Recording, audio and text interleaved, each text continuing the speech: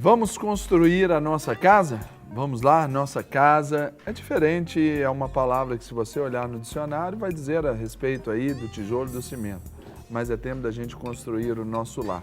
Então, construir na nossa casa num sentido amplo, quero compartilhar com vocês a palavra de Deus aqui em Mateus capítulo 7, versículos 24 ao 27, e o texto diz assim: Todo aquele, pois, que ouve estas minhas palavras e as pratica, será comparado a um homem prudente que edificou a sua casa sobre a rocha. E caiu a chuva, transbordaram os rios, sopraram os ventos e deram com ímpeto contra aquela casa, que não caiu porque fora edificada sobre a rocha. E todo aquele que ouve estas minhas palavras e não as pratica, será comparado a um homem insensato que edificou a sua casa sobre a areia. E caiu a chuva, transbordaram os rios, sopraram os ventos e deram com ímpeto contra aquela casa, e ela desabou, sendo grande a sua ruína. Aqui esse texto, como você já sabe, você já leu, você o conhece, diz a respeito desses dois fundamentos. É exatamente aquilo que nós mais precisamos estabelecer para a nossa casa. Às vezes a gente já imagina a nossa casa muito bem decorada, aquela televisão de LED, Full HD, XPTO lá e tudo, mas isso tudo é muito pequeno em relação àquilo que deve ser, que é o alicerce dessa casa. E existem 4 fundamentos que a gente pode estabelecer olhando para esse texto aqui, que faz com que essa edificação ela se torne segura.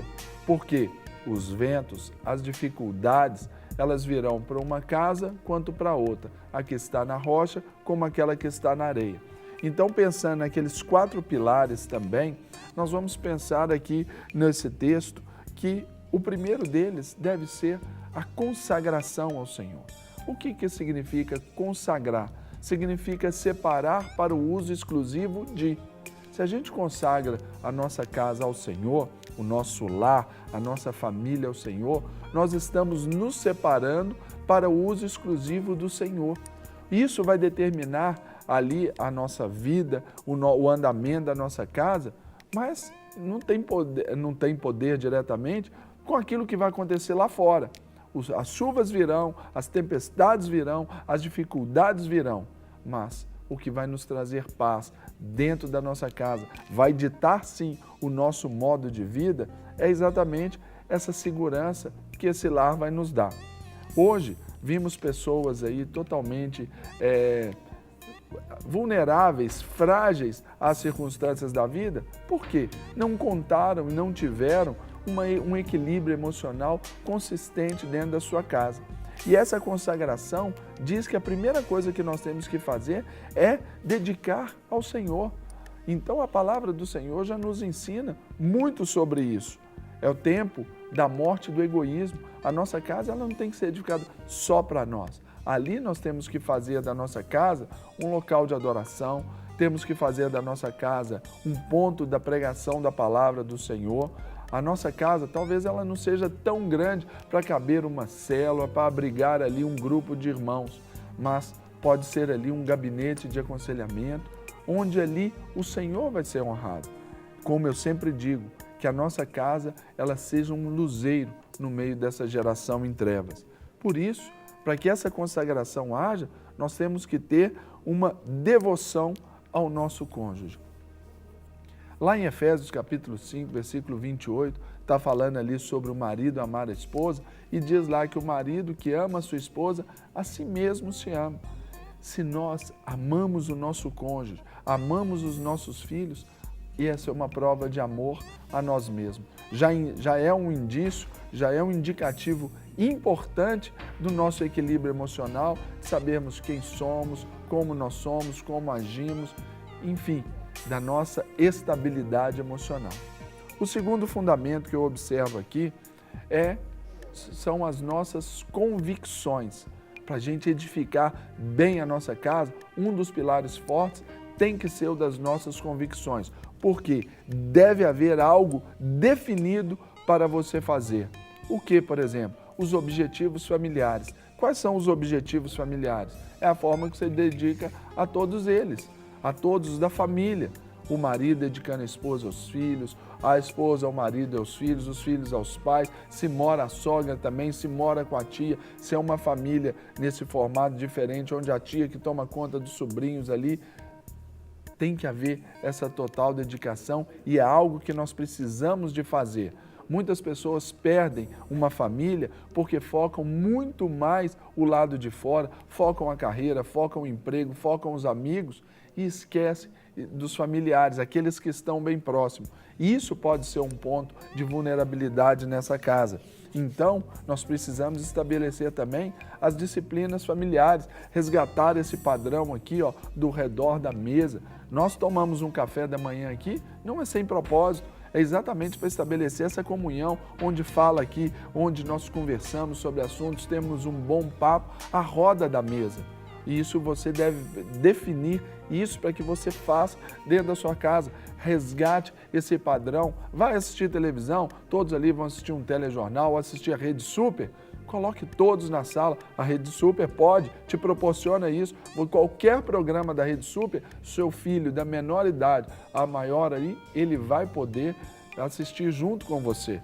Então, observe esses padrões familiares, o perdão. Quantas vezes nós nos ferimos, porque tem atrito, gente, vai gerar atrito, pensamentos diferentes. Então, essas convicções têm que nos levar também ao perdão, que é essa base de união aí. Porque errar, infelizmente, a gente erra. Então, por isso, observe bem. Agora, há algo bem definido que nós não devemos fazer para construir esse pilar das convicções. Ou seja, cuidado no linguajar.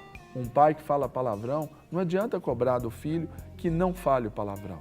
Um pai que é violento, uma mãe que é histérica, que grita, que fala alto, que é descontrolado, não adianta que seus filhos sejam, pensar que eles serão controlados, bem motivados. Não. Então, observe isso, esses padrões que você não deve fazer. O terceiro pilar é exatamente o compromisso. Temos visto muitas famílias ruírem porque os votos são esquecidos. E Deus, a palavra do Senhor nos ensina em Eclesiastes capítulo 5, verso 5, que Deus, ele não se agrada de tolos. Ou seja, quem são os tolos que ali se refere? Aqueles que fazem votos e não cumprem. Se você tem um voto de amor com seu cônjuge, um voto de cuidado com os seus filhos, cumpra-os até o final. E esses votos, eles são para a vida toda. Deus, ele fez um voto conosco através da palavra, quando ele enviou Jesus Cristo. E esse voto foi para toda a eternidade. Então, pense bem nesses valores, valorize o seu compromisso, valorize a importância que o outro tem para você, ainda que o outro pise no seu calo. Como dissemos no item anterior das convicções, libere o perdão, perdoe, e ainda que você tenha que fazê-lo por 7 vezes ao dia ou 70 vezes 7. Entenda isso. O compromisso é esse compromisso de amor, não é de interesse. E o quarto pilar dessa edificação para construirmos a nossa casa é uma boa comunicação. É aprender a discutir sem discutir. Não é? A gente pode discordar um do outro, mas sem ficar zangado, sem apelar. Eu costumo dizer que se o tom de voz aumenta, nós precisamos então melhorar os nossos argumentos. Então, evite, pague um preço para não zangar-se numa discussão. É aquela história de dar um boi para não entrar numa briga e uma boiada para continuar não entrando, para que essa comunicação ela flua cristalina, límpida ali entre todos os membros da casa. E também é pensar que nós precisamos comunicar as necessidades interpessoais de uma casa. Esquecemos das necessidades do outro quando nós focamos nas nossas mesmas. É hora de perguntarmos sobre alguns pontos específicos. O que o meu filho gosta? O que a minha esposa gosta? Você, dona de casa, o que o meu marido gosta? Se a gente pensa nesse aspecto, naturalmente a comunicação ela já está sendo exercitada, porque nós prestamos atenção naquilo que é a necessidade do outro, naquela que é a satisfação que o outro tem ou não das coisas que fazemos. Agora, essa comunicação, ela não deve ser só linear, horizontal. Ela deve ser vertical também. Então, é pensarmos o que Deus gosta na nossa casa. Você já pensou se Deus gosta do modelo como você cria os seus filhos? Você já se perguntou se Deus gosta daquilo que você faz ali dentro do ambiente de casa? Será que o ambiente favorece a manifestação do poder de Deus ali e o frutificar do Espírito Santo? Então, pense nesses quatro fundamentos aí: consagração, convicção, compromisso e uma boa comunicação. Observando esses 4 pilares, aí sim você vai edificar a sua casa. Aí nós vamos pensar na beleza dela. Aí eu volto aos ornamentos, volto ali aos objetos de decoração. Aí nós vamos ter uma vida bonita, de sorte que outros vão querer se inspirar em nós. Por isso, seja abençoado na sua vida, nessa construção. Uma casa, ela não se constrói de um dia para a noite. Ela é tijolinho pós tijolinho deste lar de amor.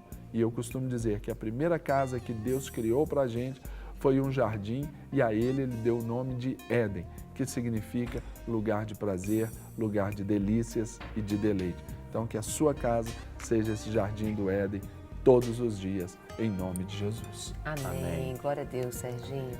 Com certeza a nossa casa precisa ser um jardim ali do Éden, um jardim regado pelo Espírito. Amém. Um jardim onde o Senhor ele vai realmente nos fortalecer, onde Ele vai nos dar ali a quantidade de água certa, onde vamos estar com as nossas raízes firmadas em Deus. Quando estamos firmados em Deus, pensamos como Ele, agimos como Ele, cuidamos como Ele, temos atitudes como as do Senhor. Por isso que venhamos ser como um jardim regado, como um jardim fechado, regado e cuidado pelo Espírito Santo. Que o Senhor venha fluir de você, como um manancial aí do seu interior, com águas vivas dentro da sua casa, com o seu cônjuge, com os seus filhos. Não adianta nada sermos bem-sucedidos fora de casa, se dentro de casa não somos bem-sucedidos. Então, o primeiro lugar que nós devemos investir é dentro do nosso lar. Às vezes você é um excelente profissional, mas dentro de casa está fracassado. Então agora é a hora de você olhar para dentro da sua casa e rever, para que o Senhor venha cuidar e te fazer realmente bem-sucedido dentro do seu próprio lar. E para isso precisamos pedir perdão, abrir mão, precisamos amar. E somente com Jesus podemos amar. Pai, nós colocamos as nossas vidas diante do Senhor, reconhecemos que família é a primeira instituição criada pelo Senhor. Queremos honrar o Senhor cuidando da nossa casa.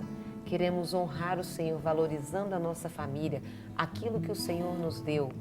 Nos ensine, Senhor, cada dia mais a podermos realmente cuidar da melhor maneira dos nossos lares, da melhor maneira da nossa família. Queremos abençoar a nossa casa, queremos abençoar o nosso cônjuge, ali profissionalmente, espiritualmente, ministerialmente, físico, psicológico, emocional, mental.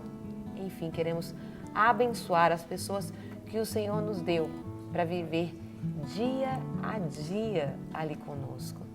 Deus, obrigada. Obrigada porque o Senhor é um Deus de família. O Senhor não é um Deus que deseja que a gente venha viver isolado, não. Mas o Senhor deseja que a gente venha viver em família, que a gente venha viver em grupos, isso mesmo. E o primeiro grupo que precisamos viver, o primeiro grupo que precisamos realmente valorizar é dentro da nossa casa, é ali, na nossa família. Você, levanta a sua mão aí e abençoe. Às vezes você tem aí perto uma foto da sua família, ou não, se você tiver, coloca a mão na sua família, nessa foto e abençoe a sua família. Abençoe, libere palavras de bênçãos sobre a sua família. E peça perdão também por, às vezes, palavras que você pode ter liberado para os seus familiares, mas que não são palavras segundo o coração de Deus.